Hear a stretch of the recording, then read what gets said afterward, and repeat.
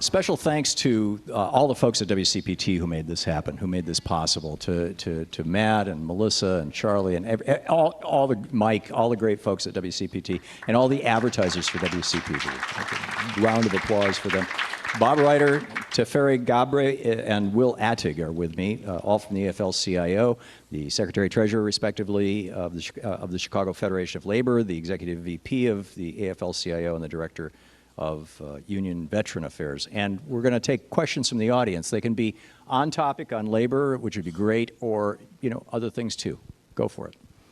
Hi, Tom. Art Smith from LaGrange, Illinois.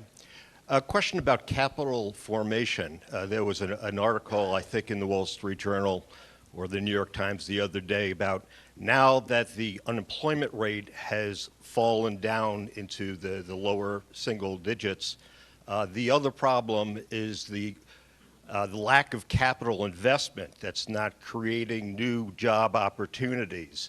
Now, there seems to be a disconnect. Earlier in the Trump administration, he was talking about it being about jobs, jobs, jobs. And in this tax reform bill is seemingly all about cuts, cuts, cuts. Right.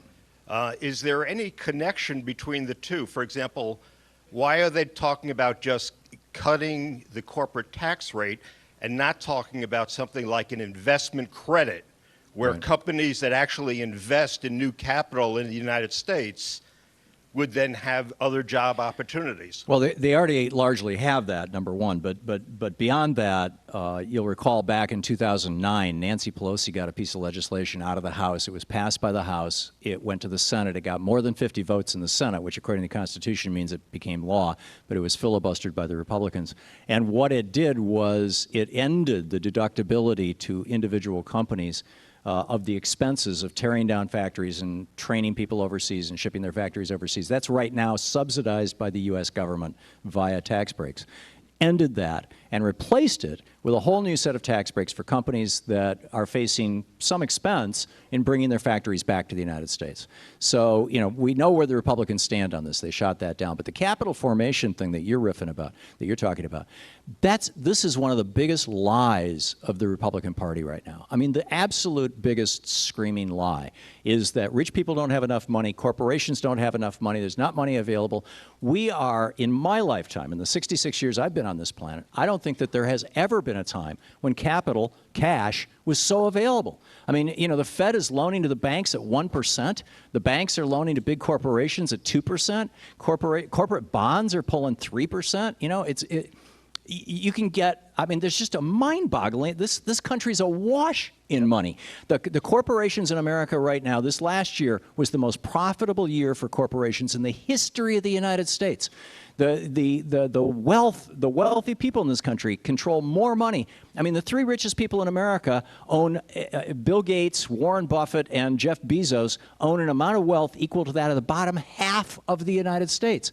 What the hell are they talking about? We don't have enough money. Our rich people are in trouble and they need tax breaks. I mean, this is nuts. And so, yeah, the model that you laid out is exactly the model that the Republicans are pitching. Oh, we need to have tax cuts so that we can have more cash, so that we can create jobs. It's nonsense. It's a complete lie. Did you want to riff? Yeah, I mean, I don't know if you've ever. This is Bob Ritter. I don't know if you ever heard that TED talk that Nick Hanauer did. The pitchforks. Yeah, I know Nick Hanauer. Yeah, the pitchforks are coming. What his point was in that is that when you get the income disparity, when the amount of capital is so divided between the wealthy and the poor, that the pitchforks are coming. The villagers are going to rise up and go after the people in the castles. And what I think you see with this tax plan and the path that the Republican Party's been on, they want to have the United States as a market to sell, but they want to create all the goods in other places. And that's why they attack the tax code, they attack trade laws the way they do, because they want to build overseas, but they want to sell here. But the flaw in all that is we're not going to have the amount of income with the people that are actually going to purchase those products. And it's just going to keep racing it down to the bottom where we're going to truly be a Walmart economy. Yeah, essentially a developing third world country. Absolutely. And this is, spot on. Teferi, your thoughts? Look, you are talking about capital formation. This bill did one of the most dangerous things. Donald Trump got into office by saying, we're going to create jobs in the United States, and I'm going to bring companies into the United States. What this tax bill does is it gives incentives for companies to actually outsource. Because they call it repatriation of capital back to the United States. That means you pay less taxes when you bring your money from other countries that you have created jobs. That gives an advantage for those who have shipped jobs out of the country to pay less in taxes to repatriate their money back in the United States than actually those who work here, who actually are hiring Americans. So we have to differentiate between capital and actually wealth and what the public's wealth is. That's what our free trade agreements have been. They have been entirely a movement of capital instead of actually a movement of anything else. Capital can move freely wherever they want it to, but we can't demand level playing field for Mexican workers and American workers. They want to pit us against Mexican workers instead. When we are at the negotiating table, we should be negotiating. If we are a market, a North America, we should have a standard for pay. We should have a standard for job quality. We should have a standard work quality, not actually just capital moves wherever it wants to. That's why this tax bill is really dangerous. It's not paid for.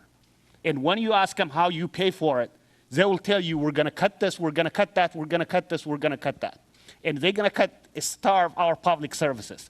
They're going to starve our education system. They're going to starve everything else in the name of tax cut for the rich. And we have to do whatever it takes to make sure that this thing doesn't become real. They are not going to cut federal tax subsidies for private airports that are used by billionaires in their private jets. They are not going to, I mean, we could go through a long, long list of all the ways that billionaires benefit from the current tax code. They're not going to cut any of that. Will, your thoughts? Well, I mean, I'm here today, really. Tomorrow we're having a big rally here in Chicago for laid-off veterans.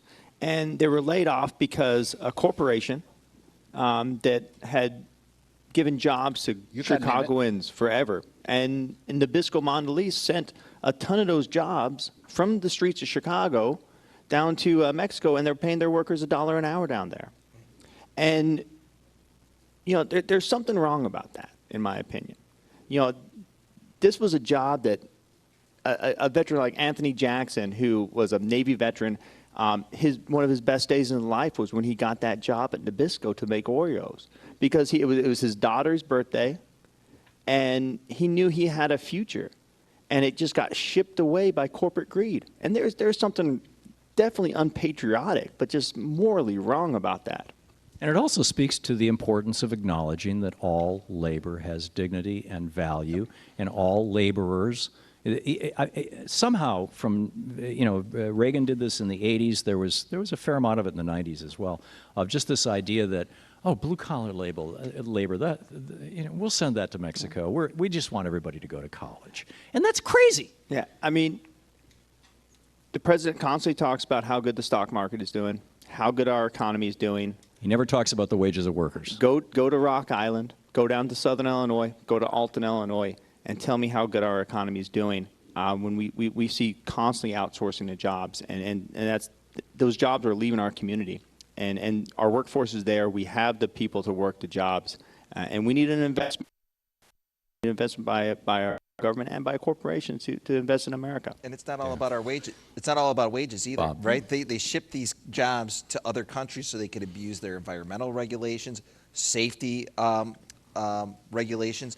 So it's not just about driving the wages down. It's about being able to run the table on workers wherever they are at. And we have it too good here. We have OSHA laws, right? We ban child labor, At least for the moment. Right. At least for the moment. It's scary, isn't it? Because stuff like that's on the table. Yeah. I mean, we're in a roll. Scalia thought that child labor was an overreach by the Supreme Court. Yeah. We're in a rollback type of environment, and people are hunkering down in their cabins, it feels like, in some parts of the country, and that's scary. That's scary. This country is built on people's work ethic, but also respect and dignity for one another. And I get afraid for what type of country we're leaving for our children. Me specifically, I have 2 kids. This this isn't the world that I was heading towards when I was their age. But it's that the world we're heading towards now is taking us back to the 1880s. It feels like. Yeah.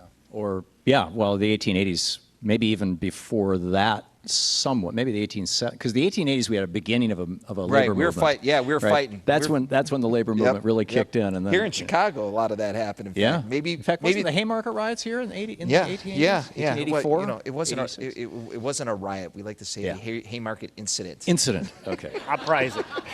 Pardon? Uprising. There you go. So the riot is the language from the right wing newspapers. Yeah. Well, that was that fight, for people who don't know about it, it happened here in Chicago. It was around the 8-hour workday, and it was driven by the civic and the business community because they were running the table on us then. There you go.